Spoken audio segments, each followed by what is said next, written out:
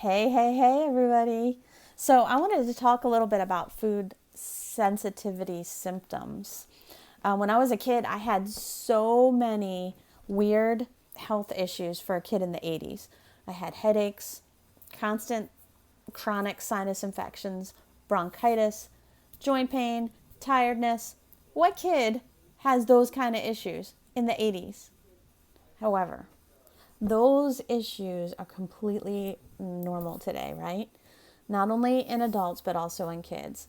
Add in anger, anxiety, ADHD, etc., and we have a total recipe for disaster. Today, I want to talk about what symptoms could be caused by sensitivities and what might be causing them. So, if your doctor says everything's fine, that's awesome. But sometimes we feel like we're not fine and there's nothing pathological about our health issues.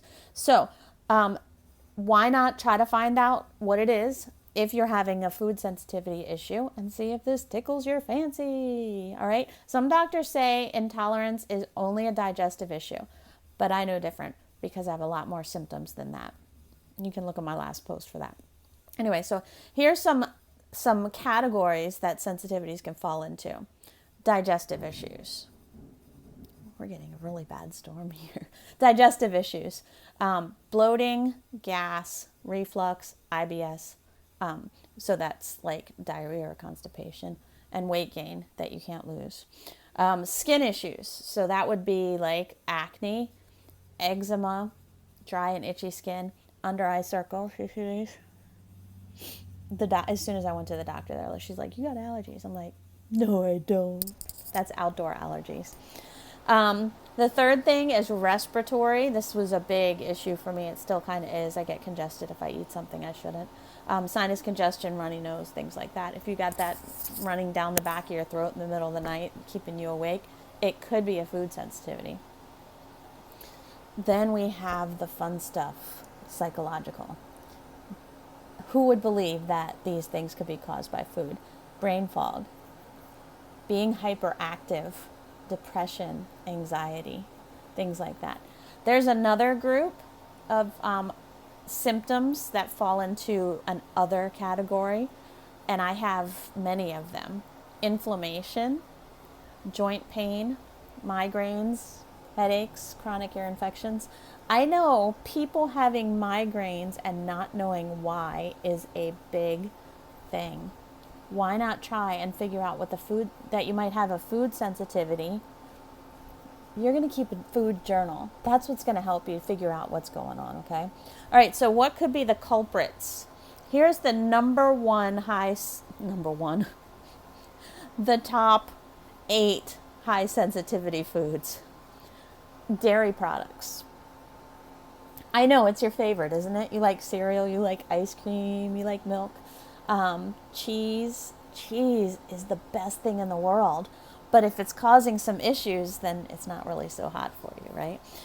Gluten. So gluten is a thing, right?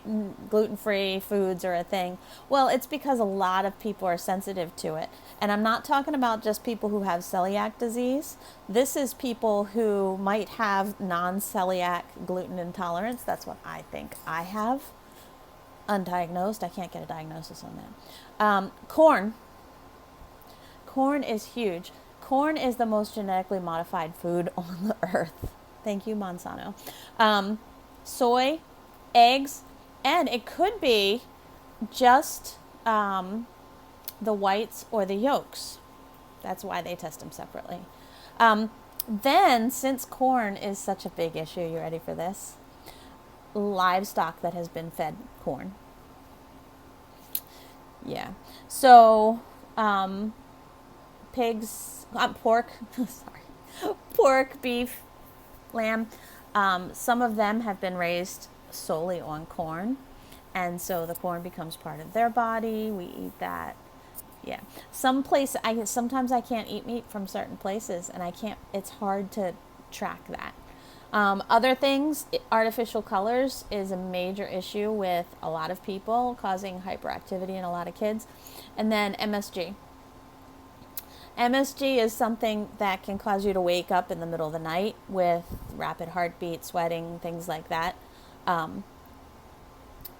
Look it up. It's called Chinese restaurant syndrome. Who knew that was a thing, right? Okay, so here's the good news. It's not really that hard to figure out what you're sensitive to. If you stop eating the foods you're sensitive to, you'll feel better rather quickly. It took me 3 days to feel better when I stopped eating dairy and gluten.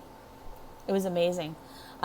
So a lot of this information that I got from today is from Everlywell, and they're one of the best. I don't know if they're the best. They're one of the most advertised companies out there for food sensitivity testing. If you want to try it, click on the link in the bottom.